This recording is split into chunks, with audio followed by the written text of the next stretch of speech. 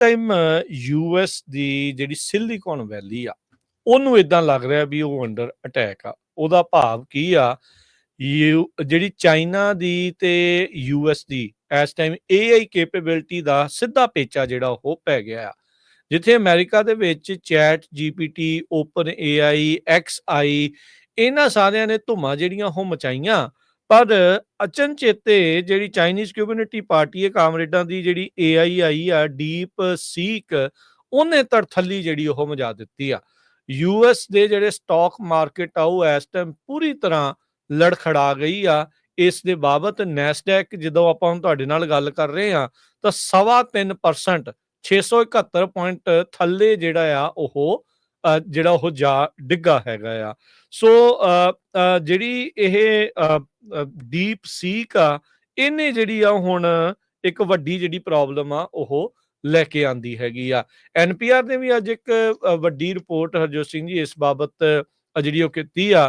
ਕਹਿੰਦੇ ਵੀ ਯੂਐਸ ਦੇ ਜਿਹੜੇ ਟੈਕ ਸਟਾਕ ਆ ਉਹ ਪਲੰਜ ਹੋ ਗਏ ਜਦ ਉਹਨਾਂ ਨੂੰ ਇਹ ਲੱਗਾ ਵੀ ਜਿਹੜਾ ਕਿਤੇ ਸਿਲੀਕਨ ਵੈਲੀ ਦਾ AI ਬਬਲ ਤਾਂ ਨਹੀਂ ਫਟ ਗਿਆ ਹੈਗਾ।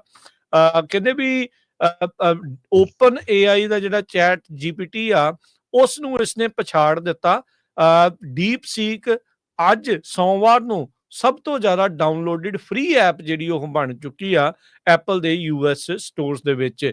ਇਸ ਦੇ ਨਾਲ AI ਦੇ ਕਰਕੇ ਜਿਹੜੀਆਂ ਕੰਪਨੀਆਂ ਨੇ ਬਹੁਤ ਜ਼ਿਆਦਾ ਮੁਨਾਫਾ ਖੱਟਿਆ ਸੀ, ਚਾਹੇ NVIDIA, Google, Microsoft, Apple, meta, ਉਹਨਾਂ ਸਾਰਿਆਂ ਨੇ ਜਿਨ੍ਹਾਂ ਨੇ ਬਿਲੀਅਨਸ ਆਫ ਡਾਲਰ ਇਸ ਦੇ ਵਿੱਚ ਇਨਵੈਸਟਮੈਂਟ ਦੇ ਤੌਰ ਦੇ ਉੱਤੇ ਕੀਤੇ ਸੀ, ਉਹ ਸਾਰੇ ਜਿਹੜੇ ਇਸ ਟਾਈਮ ਲੜਖੜਾ ਚੁੱਕੇ ਹੈਗੇ ਆ। ਸੋ ਕਹਿੰਦੇ ਵੀ ਇਨਵੈਸਟਰਸ ਨੂੰ ਮੌਕਾ ਮਿਲੂਗਾ ਉੱਦਾਂ ਇੱਕ ਵਾਰੀ ਫੇਰ ਗ੍ਰਿਲ ਕਰਨ ਦਾ ਬਿਗ ਟੈਕ ਕੰਪਨੀਜ਼ ਨੂੰ ਡੀਪ ਸੀਕ ਦੇ ਜਿਹੜਾ ਉਹ ਮਾਮਲੇ ਦੇ ਵਿੱਚ ਵੀ AI ਨੂੰ ਜਿਹੜਾ ਉਹ ਕੀ ਚੱਲ ਰਿਹਾ ਆ।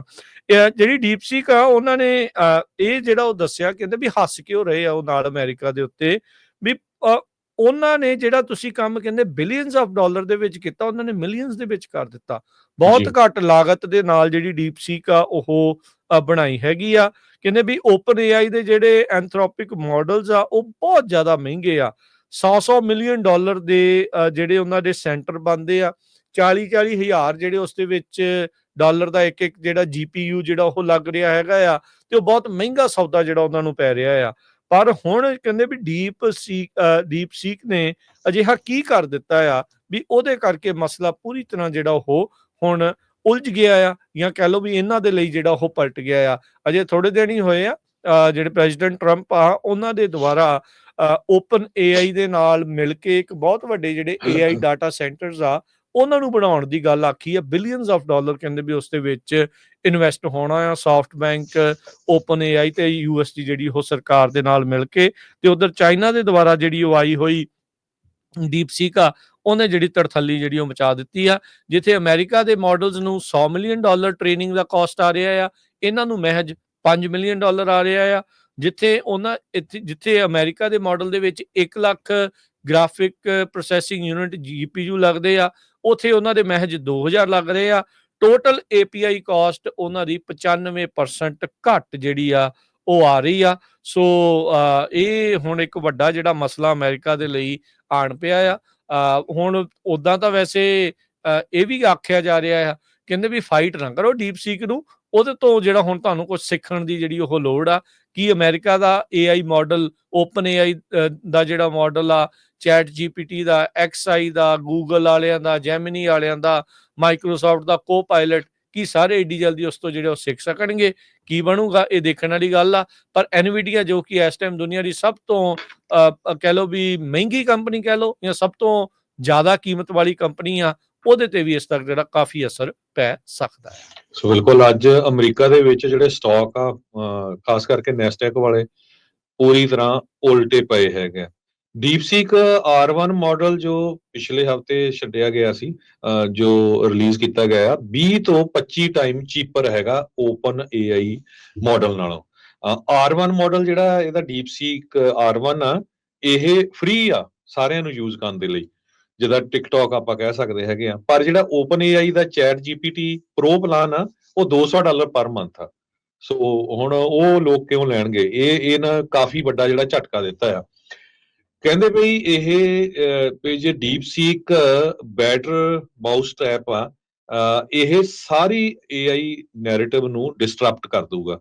ਬ੍ਰਾਇਨ ਜੇਕਬਸਨ ਚੀਫ ਇਕਨੋਮਿਸਟ ਹੈਗੇ ਆ ਐਨਐਕਸ ਵੈਲਥ ਮੈਨੇਜਮੈਂਟ ਦੇ ਵਿਸਕੌਨਸਨ ਦੇ ਵਿੱਚ, ਜੋ ਕਹਿੰਦੇ ਵੀ ਪਿਛਲੇ 2 ਸਾਲਾਂ ਦੇ ਵਿੱਚ ਮਾਰਕੀਟ ਦੇ ਵਿੱਚ AI ਦਾ ਨੈਰੇਟਿਵ ਸਿਰਜਿਆ ਗਿਆ ਆ, ਮਾਰਕੀਟ ਇੰਨੀ ਉੱਤੇ ਗਈ ਆ, ਇਹ ਪੂਰੇ ਦਾ ਪੂਰਾ ਉਹਨੂੰ ਝਟਕਾ ਜਿਹੜਾ ਆ ਉਹ ਲੱਗ ਸਕਦਾ ਹੈਗਾ। ਉਹ ਅੱਜ ਆਪਾਂ ਦੇਖ ਰਹੇ ਹਾਂ ਵੀ ਜਿਸ ਹਿਸਾਬ ਦੇ ਨਾਲ ਸਟਾਕ ਮਾਰਕੀਟ, ਖਾਸ ਕਰਕੇ ਜਿਹੜੇ ਟੈਕਨੋਲੋਜੀ ਸਟਾਕ ਆ ਨੈਸਡੈਕ ਵਾਲੇ, ਉਹ ਥੱਲੇ ਜਾ ਰਹੇ ਹੈਗੇ। ਜੀ ਬਿਲਕੁਲ। ਬਾਕੀ ਅੱਜ ਦੇ ਜਿਹੜੇ ਪੰਜਾਬੀ ਟੈਕ ਟਾਕ ਦੇ ਵਿੱਚ ਵੀ ਕੋਸ਼ਿਸ਼ ਜਿਹੜੀ ਉਹ ਆਪਾਂ ਕਰਾਂਗੇ। ਇੱਕ ਜਿਹੜੀ ਵਰਲਡ ਇਕਨੋਮਿਕ ਫੋਰਮ ਆ, ਉੱਥੇ ਅਰਵਿੰਦਰ ਸਿੰਘ ਪਹੁੰਚੇ ਆ, ਉਹਨਾਂ ਦੇ ਨਾਲ ਵੀ ਜਿਹੜੀ ਗੱਲਬਾਤ ਤੁਹਾਡੀ ਜਿਹੜੀ ਉਹ ਕਰਾਵਾਂਗੇ। ਉਹਨਾਂ ਦੇ ਨਾਲ ਵੀ ਕਰਾਂਗੇ ਵੀ ਕੀ ਜਿਹੜੇ ਦੁਨੀਆ ਦੇ ਵਿੱਚ ਅੱਗੇ ਭਵਿੱਖ ਦੀਆਂ ਕੀ ਗੱਲਾਂ ਹੋ ਰਹੀਆਂ। ਉੱਥੇ ਵੀ ਓਬਵੀਅਸਲੀ AI ਦੀਆਂ ਗੱਲਾਂ ਜਿਹੜੀਆਂ ਉਹ ਚੱਲੀਆਂ, ਤੇ ਨਾਲ ਦੇ ਨਾਲ ਇਹ ਜਿਹੜਾ ਮਸਲਾ ਆ ਜਾਂ ਹੋਰ ਟੈਕਨੋਲੋਜੀ ਦੇ ਨਾਲ ਸੰਬੰਧਿਤ ਕੀ ਕੁਝ ਚੱਲ ਰਿਹਾ, ਉਹ ਅੱਜ ਦੇ ਪ੍ਰੋਗਰਾਮ 3 ਤੋਂ 4 ਵਜੇ ਦੇ ਵਿੱਚ ਪੰਜਾਬੀ ਟੈਕ ਟਾਕ ਦੇ ਵਿੱਚ ਤੁਹਾਡੇ ਨਾਲ ਜਿਹੜੀ ਉਹ ਸਾਂਝ ਪਾਵਾਂਗੇ।